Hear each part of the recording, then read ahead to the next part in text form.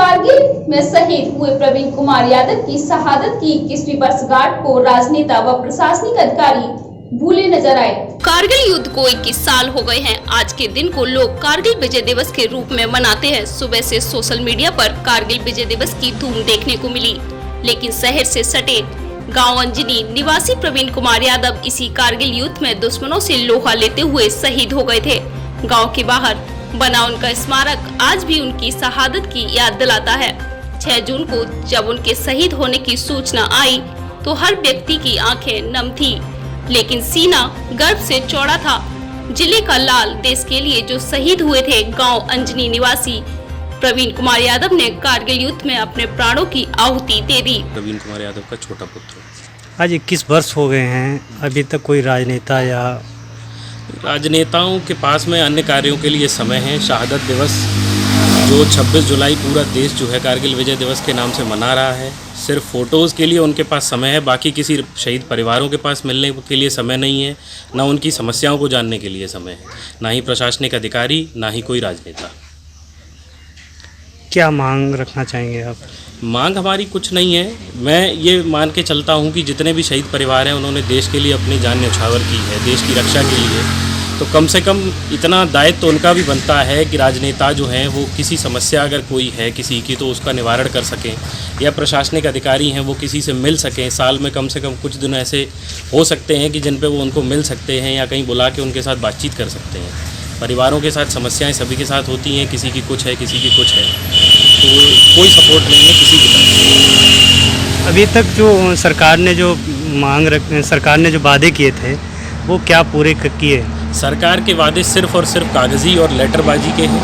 इसके अलावा हमारे धरातल पर कोई भी इस तरीके का कोई भी वादा पूरा नहीं हुआ गया है। 99 के समय पे जो भी वादे किए गए थे वो सब पूरे हुए हैं, उसके बाद कोई भी वादा पूरा नहीं हुआ है। एक महान योद्धा के बारे में मतलब मैं नहीं, पूरा इंडिया जानता है कि क्या पराक्रम रहा, कितना बड़ा योगदान रहा। मतलब ऐसी दुर्गम पहाड़ियों में जाके जहाँ पानी बर्फ हवा मतलब पशु पक्षी भी नहीं, वहाँ जाके लड़ाई लड़ना कोई आसान काम नहीं। और लड़ते लड़ते वीर गति को प्राप्त होना, ये तो मतलब ऐसे मान लीजिए कि कहते हैं ना बड़े बुजुर्ग सीधा सौभाग्य वैकुंठ धाम के लिए जाते हैं। ये फौजी का सबसे बड़ा मतलब परम धाम है ये। अगर देश के खातिर लड़ते लड़ते और वीर गति को प्राप्त हो गया तो इससे बड़ी कोई सादत नहीं। किस तरीके की इनकी प्रतिक्रियाएं रही हैं प्रवीण जी की?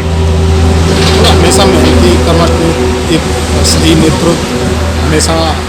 अब वहाँ भी जैसे हम यूनिट में रहते थे तो लोग हमेशा याद करते थे कि नहीं मतलब किसी भी तरह कभी कोई ऐसा नहीं, किसी ने ये नहीं कहा कि मतलब इनकी जो है भावना अच्छी नहीं थी या विचार अच्छे नहीं थे। एक अच्छा नेतृत्व था, अच्छा लीडर मतलब की भावना थी। और बाकी तो आप देख ही रहे कितनी जो है मेहनत करके वहाँ। अच्छा, इनका गांव में और परिवार में किस तरीके का स्वभाव देखने को मिलता था? किस तरीके के इनकी जो प्रतिक्रियाएं रहती थी? कई बार जैसे हमारे माँ बाप से मिले, मम्मी पापा थे यहाँ, जब भी हम छुट्टी आते तो घर पे आते थे, मतलब हम जिनसे भी मिलते थे तो लोगों के दिल में एक अथाह प्रेम था इनके प्रति। मतलब लोगों को ये लगता था कि हमने एक नायाब हीरा खोया है, और सही बात भी है, खोया था। माँ की मतलब मुझे भी, मेरी भी आंखें नम हो रही कि माँ से जब भी मिलते थे ना तो आंखें हमेशा नम रहती। अच्छा, आपकी आखिरी बात कब हुई थी प्रवीण कुमार जी से? सब मैं झूठ नहीं बोलूँ, मेरी तो बात नहीं हो पाई, क्योंकि मैं जो है पहले मुलाकात हुई नहीं थी। जब मैं यूनिट में पहुंचा तो फिर जुड़ा तो वो ऑलरेडी मतलब वीर गति प्राप्त हो चुकी है। तो मतलब माँ बाप से, बाकी ये भतीजे हमारे, इनसे सबसे मतलब जुड़ा रहा, इनसे सबसे बात हुई। इसके बाद जैसे युवाओं में एक नए जुनून को जन्म दिया। आज इस गांव के 200 से अधिक युवा सेना में हैं। अन्य भी सेना में जाने का ही सपना देखते हैं। इसके लिए वे कड़ी मेहनत कर रहे हैं।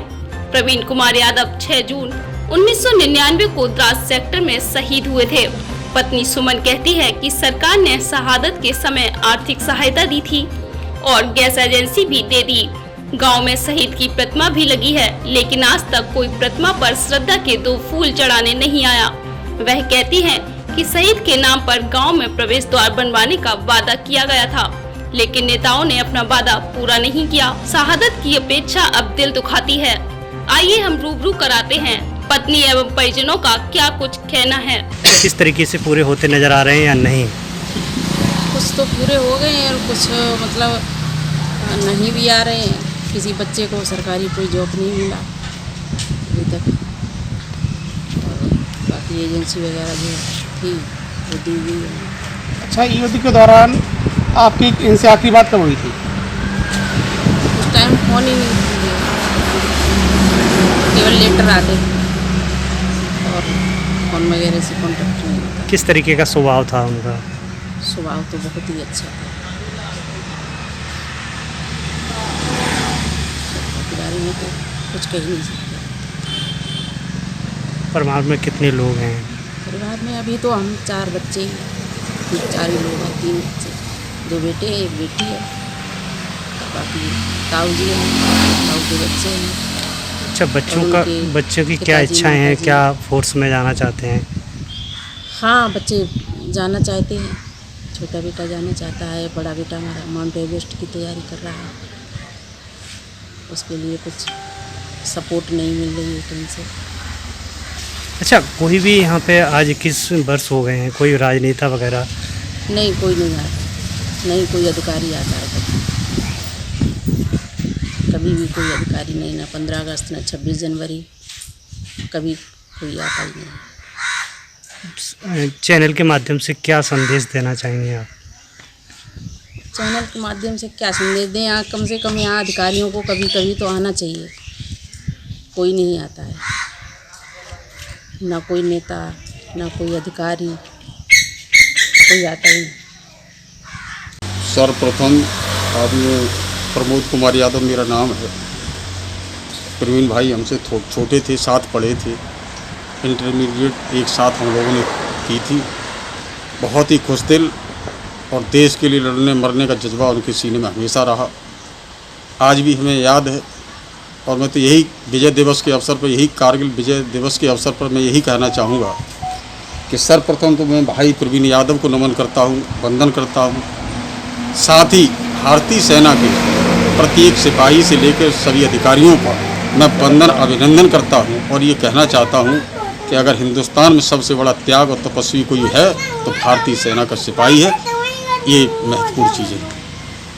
किस तरीके की प्रतिक्रियाएं उनकी देखने को मिलती थी जब आपके साथ वो खेला कूदा करते होंगे? हमेशा से वॉलीबॉल, हम लोग बचपन में वॉलीबॉल खेला करते थे, दोनों ही लोग इकट्ठे खेला करते थे, तो बड़ा खुशदिल थे। और हमेशा ही एक उनका नज़रिया रहा कि ईमानदारी और निष्ठा से गेम खेलें, कहीं किसी के साथ गलत न हो जाए, ये हमेशा उनकी भावना रही।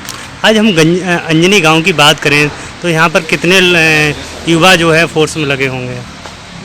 ये लगभग आंकड़ा लगभग में हो सकता है, मेरी समझ से कम तो 300 युवा इस समय भारतीय सेना की सेवा में होंगे, इससे कम नहीं होंगे। रिटायरमेंट भी बहुत से लोग होंगे, 100 के करीब रिटायर भी होंगे।